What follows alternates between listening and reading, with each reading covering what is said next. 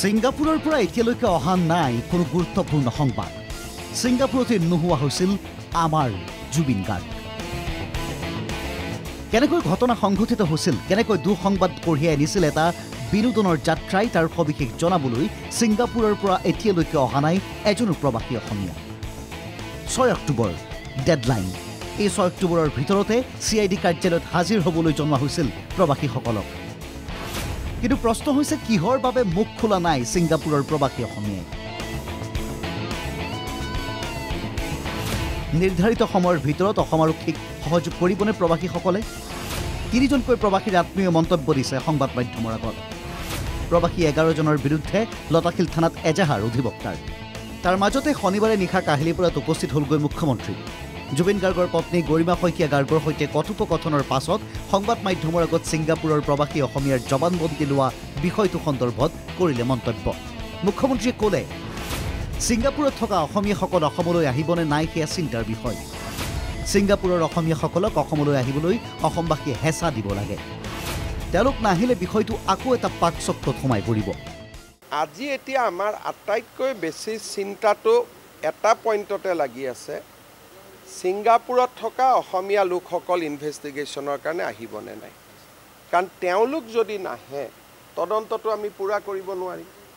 আৰু তেওঁলোকে জুবিনক ইয়াত যাত্ৰা বা এই গোটেই ঘটনাটো কৰা তেওঁলোকে মেইন মানুহ আছিলে। গতিকে এতিয়া অসমবাসী ৰাইজে হেঁচা দিব লাগে ছিংগাপুৰৰ অসমীয়া সমাজখনক, যাতে তেওঁলোকক পঠিয়াই দিয়ে। বাকীটো আমি যাক আনিব পাৰিলোঁ আনিলোঁ, কিন্তু এওঁলোক ছিংগাপুৰত বহি আছে আৰু 2-এজনে আমাক লিখিছে এইটো অসুবিধাৰ কাৰণে আহিব নোৱাৰোঁ, অমুক নোৱাৰোঁ। কিন্তু অসমীয়া হিচাপে সেই মানুহকেইজনৰ দায়িত্ব আছে। মুখ্যমন্ত্ৰীৰ মন্তব্যৰ পিছতে চৰ্চা চলিল, অসমবাসীয়ে যদি ছিংগাপুৰৰ প্ৰৱাসীসকলক আহ্বান জনাব লাগে তেন্তে CIDৰ কাম কি? CIDৰ SITৰ হেড মুন্না প্ৰসাদ গুপ্তাৰ মতে প্ৰয়োজন সাপেক্ষে তেওঁলোকে ছিংগাপুৰতো গৈ প্ৰৱাসী অসমীয়াসকলৰ ভাষ্য গ্ৰহণ কৰিব। সেই অভিশপ্ত দিনটোত প্ৰকৃততে কি হৈছিল?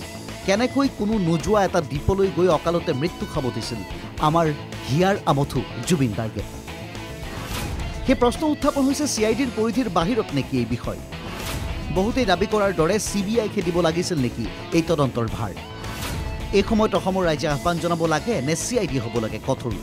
তাৰ মাজতে লতাশিল থানাত ছিংগাপুৰৰ অসম এছ'চিয়েশ্যনৰ বিৰুদ্ধে এজাহাৰ দাখিল কৰিলে অসমৰ এজন অধিবক্তা ডক্টৰ হৃদয় শৰ্মাই।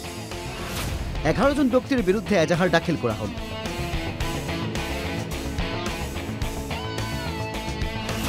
এজাহাৰত উল্লেখ অভিমন্যু তালুকদাৰ, অত্ৰি বৰঠাকুৰৰ নাম উল্লেখ দিগন্ত কুমাৰ দাস, দেৱজ্যোতি হাজৰিকা, সুৰজিৎ গোস্বামী, গোপা সেন, অনিৰ্বাণ পেগু, শ্ৰেষ্ঠা গোস্বামীৰ বিৰুদ্ধেও এজাহাৰ।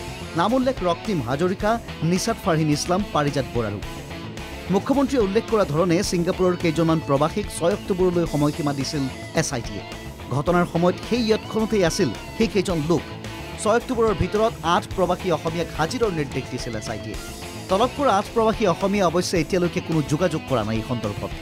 ছিংগাপুৰস্থিত এটি কোম্পানীৰ ডিৰেক্টৰ ইঞ্জিনিয়াৰ বাজিত আহমেদৰ পিতৃ মাতৃ থাকে নলবাৰীত।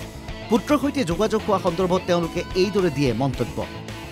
প্ৰৱাসী অসমীয়াকেইটা এইটোৱে কওঁ যে জুবিনক কিয় সিহঁতে পানী নামিব দিলে। সিহঁতে সেইটো ন্যায় বিচাৰিছে আৰু কৈছে আমাক ন্যায়টো লাগে। আৰু যিটো দেখিছো আপোনালোকে যিটো দেখি আছে সেইখিনিয়ে কৈছে আৰু সিহঁতে সেইখিনিয়ে দেখিছে আৰু কোনোবাটো সভ্যমিনাটো যোগাযোগ কৰিয়ে আছে হেৰিৰ লগত, নিজতো কিবা কিবি দি আছে।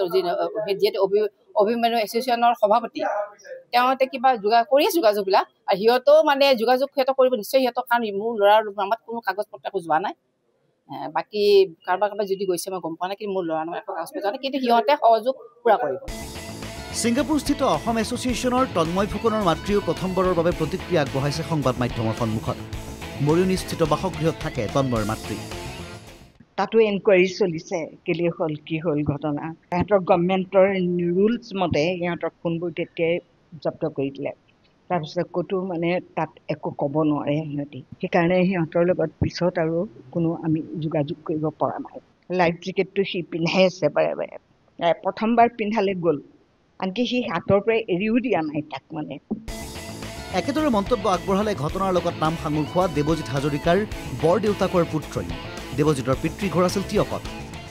এটা বৰ অবাঞ্ছিত ঘটনা যিটো হ'ল, যিটো ঘটনাৰ লগত দেৱজিৎ হাজৰিকাও ছিংগাপুৰত যিহেতু থাকে, সেই সূত্ৰে কেনেকৈ কি হৈছিল জানিব বিচৰাত তেওঁ কৈছিলে যে আমাৰ অসমৰ পৰা যেতিয়া আমাৰ আপোন মানুহ কোনোবা এজন আহে আমি তেওঁলোকক আতিথ্য দিবলৈ যিটো যত্ন কৰোঁ সেই সূত্ৰে জুবিন গাৰ্গক আমি লৈ গৈছিলোঁ আমাৰ লগত ফুৰিবলৈ আমি তেওঁলোকৰ লগত ফুৰিবলৈ যোৱাটো হয় তেওঁ কোৱা মতে আৰু তাৰ ভিতৰত যদি কাৰোবাৰ কিবা তাৰ অভিসন্ধি আছিলে তেওঁলোকে এই বিষয়ত একো জ্ঞাত নহয় বুলি আমাক জনাইছে চৰ্চা চলি থকা প্ৰশ্ন আৰু অনিশ্চয়তাৰ মাজতে আজি অৰ্থাৎ দেওবাৰে কোকৰাঝাৰত উপস্থিত হৈ এইবাৰ অৱশ্যে কঠোৰ হোৱা দেখা গ'ল মুখ্যমন্ত্ৰীয়ে ক'লে নিৰ্ধাৰিত 6 অক্টোবৰৰ ভিতৰত হাজিৰ নহ'লে কঠোৰ হ'ব চৰকাৰ ছিংগাপুৰৰ প্ৰৱাসী অসমীয়া হাজিৰ হ'ব লাগিব SITৰ সন্মুখত তেওঁলোকৰ ভাষ্য অবিহনে সম্ভৱ নহয় এই তদন্ত প্ৰৱাসীৰ আত্মীয়কো এই সন্দৰ্ভত উদ্যোগ ল'বলৈ আহ্বান জনালে মুখ্যমন্ত্ৰীয়ে তেওঁলোকৰ দেউতাক মাকৰ লগত আমি কথা পাতিম